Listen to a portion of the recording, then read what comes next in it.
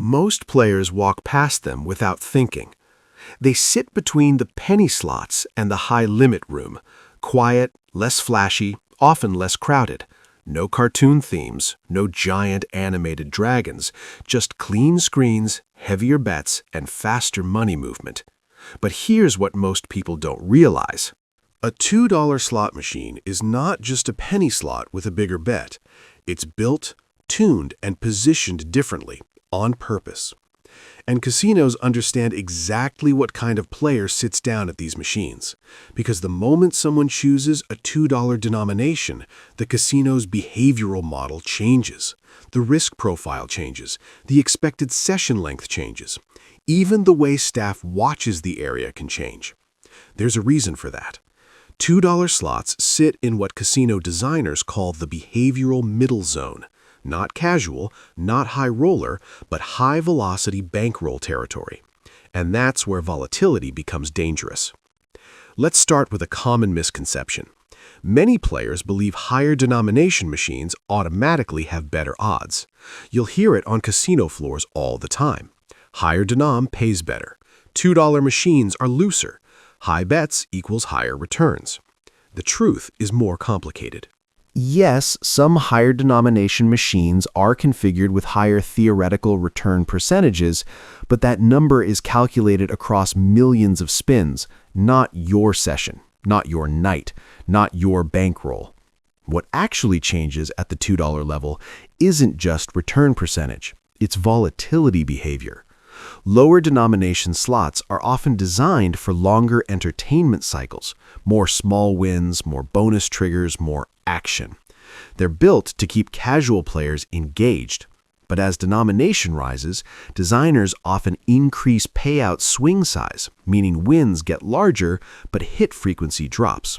In simple terms, more empty spins, more dry streaks, bigger but rarer hits. And psychologically, that changes how players react, because when you're betting $2 or more per spin, every dead stretch feels heavier, every near miss feels more personal, every loss feels faster. Casinos understand this emotional compression effect extremely well. It's not accidental design, it's behavioral engineering. Now here's another layer most players never consider: spin speed. Watch someone playing penny slots. They often play slower. They explore menus. They change lines. They adjust bet size.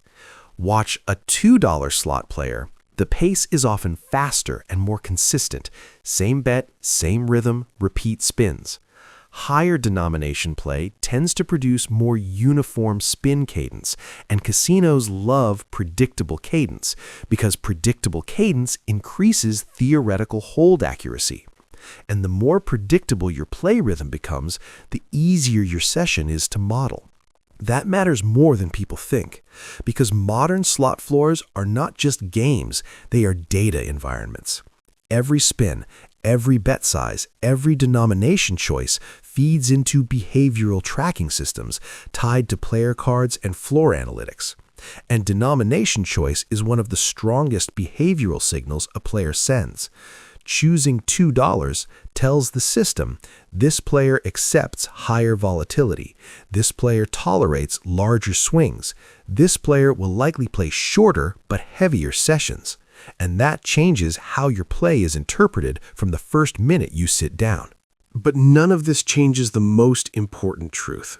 Every spin is still random. Every outcome is still determined by RNG. No denomination can override probability. What denomination changes is experience structure, not destiny. And that's where the real story begins. Because once you understand how $2 slot mechanics shape player behavior, you start to see why these machines are placed exactly where they are, and why casinos design them to feel the way they do. And that placement strategy reveals more than most players ever notice. How $2 slot mechanics change player behavior. And that placement strategy reveals more than most players ever notice. Walk any major casino floor and you'll see a pattern. Penny slots dominate the main visual field, bright, loud, crowded. High-limit rooms sit isolated, quiet, controlled, gated by minimums. But $2 denomination slots usually live in transition zones, near main walkways, near table games, near bar areas, near host desks. That is not random. Casino floor planners use denomination placement to influence player migration, how gamblers move between risk levels. $2 slots act like behavioral bridges. They catch players who are moving up in risk or players stepping down from high-limit play without sending them back into low-denomination entertainment zones. It's a psychological middle lane, not beginner, not elite, committed, but not protected. Now let's talk mechanics. The RNG, the random number generator, works the same regardless of denomination. It cycles continuously and determines outcomes the instant you press spin. But what differs is math model configuration. Game designers adjust three main variables across denominations: hit frequency, volatility curve, and bonus distribution. At $2 denomination, hit frequency often drops compared to penny games. That means fewer wins overall, but when wins occur, they're larger relative to bet. This creates something called swing amplification. Instead of a smooth experience with many small recoveries, $2 slots often create sharper up and down balance graphs. That graph shape affects human psychology strongly, because humans handle frequent small losses better than infrequent large losses, even when total loss is identical. Casinos know this. And they use denomination tiers to segment emotional tolerance. Another overlooked factor is line structure. Many penny slots use dozens or even hundreds of lines, spreading hit probability across many combinations. Many $2 machines use fewer lines, but heavier symbol weighting. That produces fewer line hits, but stronger symbol value when they connect. The result is what players describe as nothing, nothing, nothing, then boom. That boom effect is mathematically engineered variance, not generosity. And variance is often mistaken for looseness. Now let's address a dangerous belief. Some players think if I'm betting $2 instead of 50 cents, the machine should pay more often.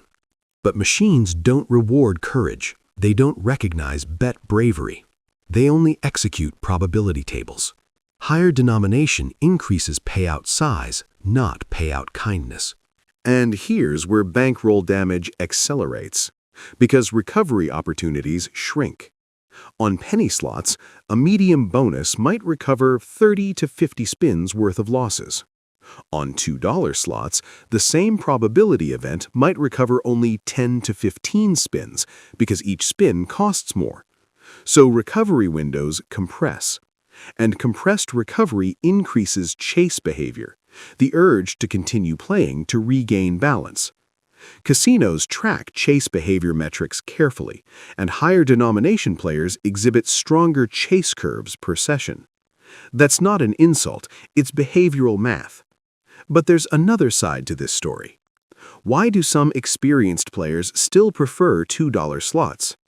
Because volatility cuts both ways. When hit clusters occur, they can be meaningful. Not life-changing, not guaranteed, but meaningful. And that creates a perception of opportunity, even when probability remains unchanged. This perception is powerful enough that casinos categorize $2 slot players differently in comp systems, often between casual and rated premium segments, which means more host attention, more comp offers, more behavioral observation. Not because you're winning, but because your denomination signals higher theoretical value. And theoretical value is what drives casino marketing decisions. But all of this leads to one critical truth. $2 slots don't change the math of gambling. They change the speed and shape of risk.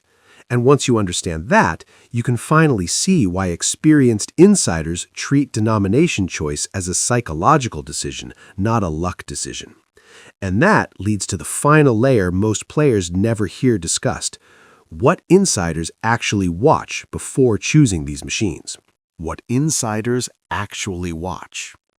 What insiders actually watch has nothing to do with superstition. not machine color, not theme, not which button feels right. Former floor techs and casino analysts tend to focus on three things instead: player behavior, session length patterns, and machine turnover timing. Not because these predict wins, but because they reveal risk exposure patterns. For example, insiders often avoid sitting immediately after a visible large payout, not because the machine is empty, but because volatility clusters often follow payout clusters with extended dry periods. Not guaranteed, but statistically common in high-variance models. They also watch session duration. Machines that hold players for long stretches without visible medium wins are often in extended low-hit phases, and insiders treat those as entertainment risks, not opportunity signals. Another insider habit is session budgeting by spin count, not dollars. Instead of saying, "I'll spend $200, they say, "I'll play 80 spins." Because spins are exposure units, dollars are emotional units. Spin budgeting reduces emotional override, and emotional override is the #1 reason players abandon discipline at any denomination. Now let's be clear, no strategy, none, can turn slot machines into guaranteed profit tools. They are mathematically built for house advantage. Anyone claiming otherwise is selling illusion. But understanding denomination mechanics can change how you experience the game and how quickly risk compounds. $2 slots are not evil. They're not traps. They're not secret money printers. They are high-variance entertainment devices. Used with awareness, they're controlled risk. Used emotionally, they're accelerated loss. And that difference comes from the player, not the machine. Casinos design environments to encourage emotional play. Lights, sound, comfort, time distortion, reward cues. Awareness is your counterbalance. Understanding structure is your shield, and discipline is your only real edge. Because the real battle is never player versus machine, it's player versus impulse. If this video helped you see slot machines differently, subscribe for more insider breakdowns. Like the video if you learned something new, and share it with anyone who plays slots, because informed players make better decisions. See you in the next one.